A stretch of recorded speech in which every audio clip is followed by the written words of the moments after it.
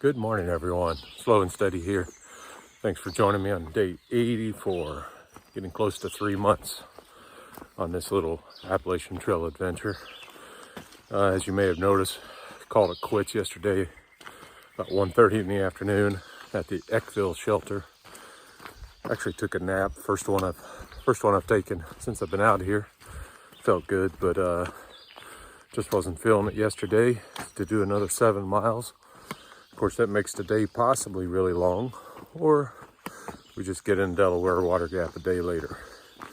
Doesn't really matter either way. Just see how the legs and the rocks are doing today.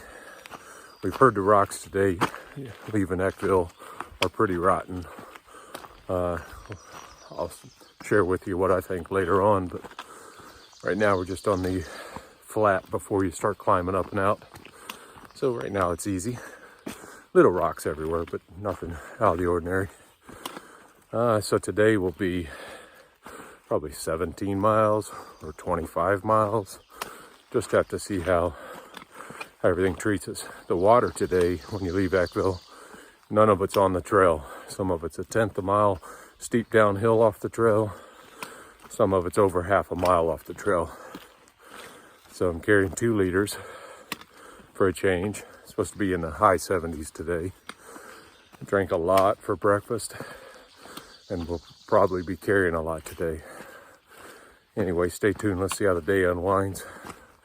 How the legs and the hydration and rocks and everything combine. And now I'm in some mud, so how you like that?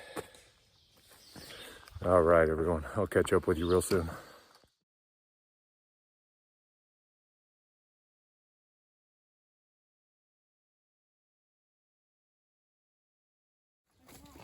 All right, another timber rattlesnake.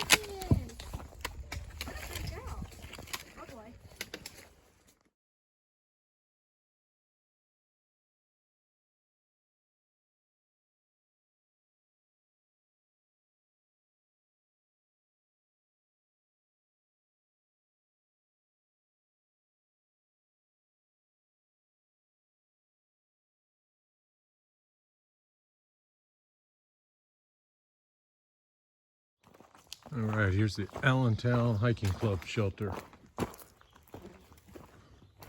And there's a privy and a couple of things around, but we'll look for that.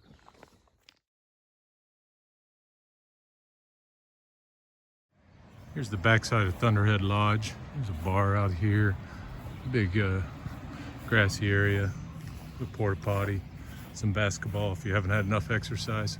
Apparently there's water back here somewhere on the backside for hikers. Just a spigot on the side of the building. They're not open today. They're only open certain days a week. Go find some water. All right, here it is, Thunderhead Lodge, open Thursday to Sunday this time of year.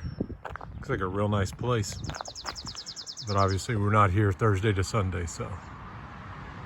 Beautiful place though. I heard the food's pretty good. Another time, another hike. Some really interesting landscaping too.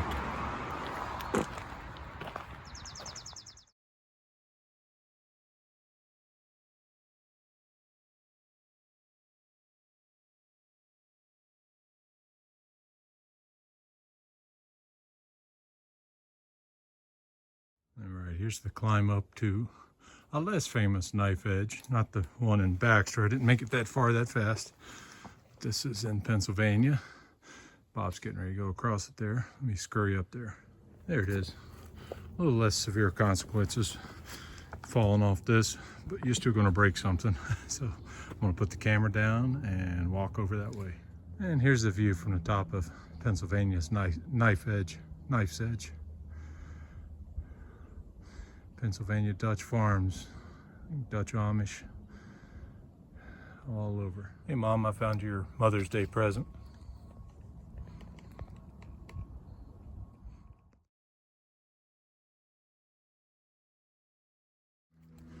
Well, I give this cyclist an A for effort.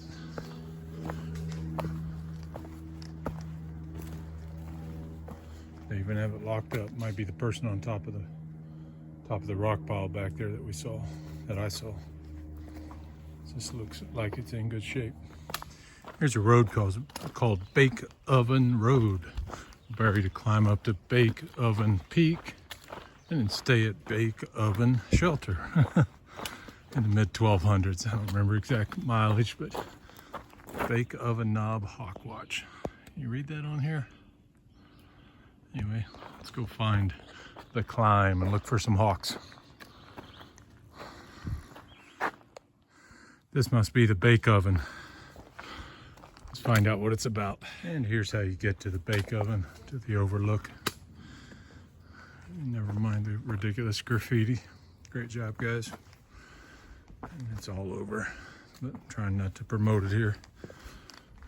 Anyway, I see Bob up there taking some pictures. Must be decent. Let's go find out what's up there. There's the view from Bake Oven Knob. See the vulture flying around.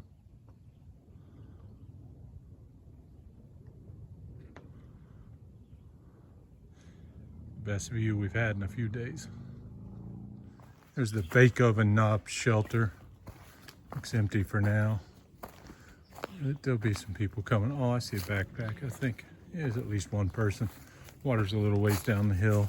That's about 17 miles today. I think we may have changed our mind and head on to the 24, 25 mile mark. It's the last shelter that has water nearby for about 20 miles. So we'll see how that goes. Hey, there's the sign.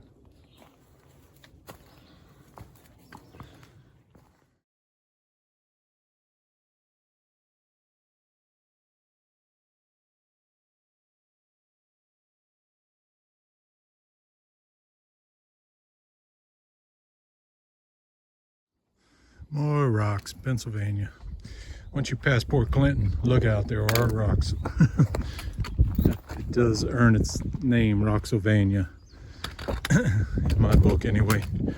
But I understand tomorrow we may have a couple hours without them, without any of these crazy big ones. Of course, right now I'm actually walking on this mulch here. It's pretty soft, ironically, mixed in with all these boulders.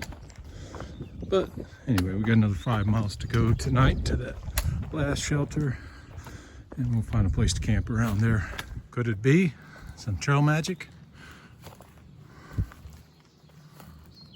It's a garbage bag. Let's see if there's any goodies in here. Oh yes, I'm never leaving. Thank you, whoever put this here. Much needed. You read my mind. And here's the story of my life for the next couple of days. You want water? Walk. It's gonna be 0.6, 0.5, 0.3, straight downhill, something fun. Except for tonight, near the shelter. I think it's the last one that's on the trail for a while. So when everybody saw on Facebook about this, and if you didn't, it's real. The state's put up these flyers, State Game Commission. In this area, they found these dog trees with hooks all embedded. Right in this area. Just some sick people out there.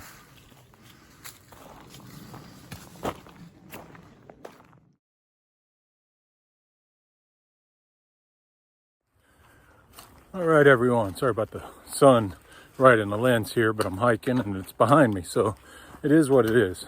A slight change of plans, small one. So you saw we stopped at that last shelter, but it makes a lot of sense to keep moving today because of some lack of water sources and placement of shelters and campsites and all that. I won't go into too much detail and bore you to death, but it made sense to keep moving. So it's going to go to this George W. Outer Bridge shelter, the last shelter northbound before you get to a road crossing that takes you into Palmerton. I don't know what's in Palmerton. I'm not going in there, but that's just where it is. But we just ran into the Tramps. It's a family, a mom, dad, and 2 kids that are out hiking the AT, and I ran into them a few weeks ago. Anyway, they just did this little section today and shuttled back to their car, and they're camping near the car back behind me a few miles. And they warned us to keep walking there. Apparently someone's taken up shelter at the Outer Bridge shelter, and it's trashed and nasty and disgusting and roaches, and they were just there a few hours ago, so a couple hours ago really. So they know They know firsthand, I know secondhand. But what they did tell me was a couple of tents past the shelter, there's one last spot for camping for 2 or 3 tents. So hopefully no one's there, because after that, there are no good options. I don't see any hostels in Palmerton. The next shelter's out of reach for today. It's already almost 6 p.m. Still got a couple of miles to go. 2.5 probably miles to go. So we start running out of options if we can't find a place to camp. But I've heard it's pretty nasty, so do some homework if you ever plan on staying at Outer Bridge, because it's pretty close to the road. So I think it's fairly common for people to live there and destroy the place and threaten hikers or intimidate them. I don't know, haven't met them. I'm just going by the filth that I've heard about, and that's enough to make me want to keep walking right on by it.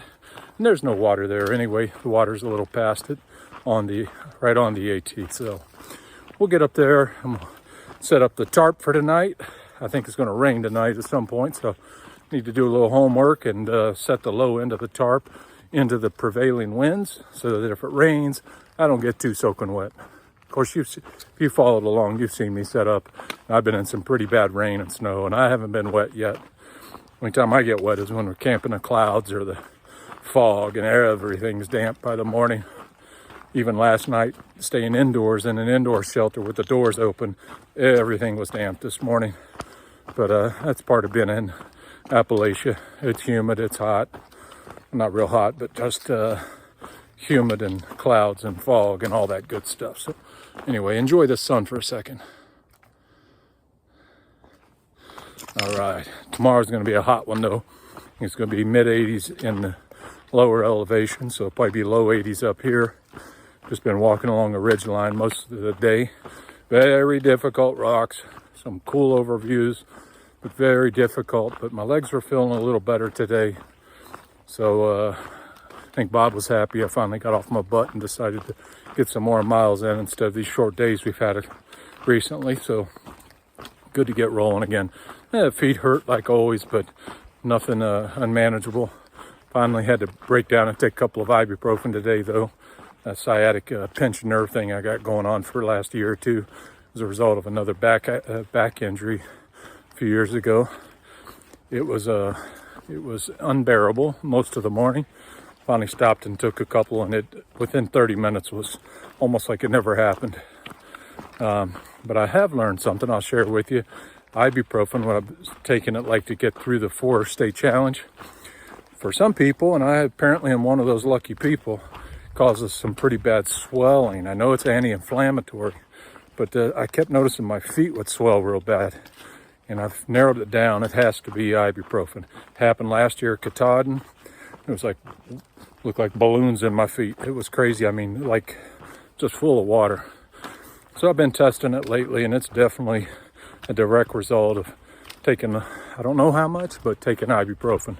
So I've backed off and just take 200 milligram every so often.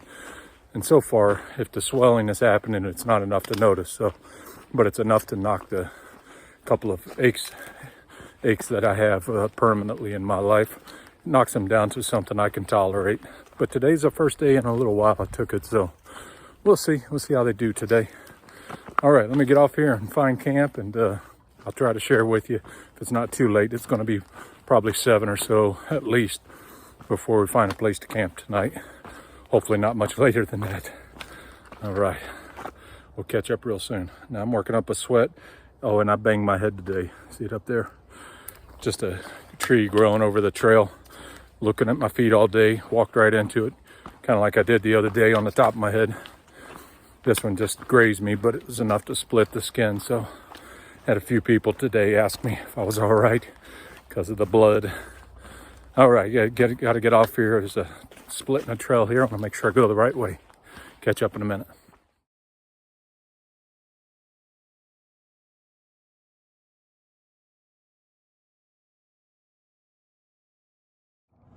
There's Bowmantown, something like that, and the west end of Palmerton here along the river. Nice little view here before we start descending in a few to get to camp. We gotta hurry, the sun's going down. Nah, just kidding. We have like 2 hours left before it's dark. At least, maybe 3. And just around the next corner is Palmerton. All up and down there. Pretty cool.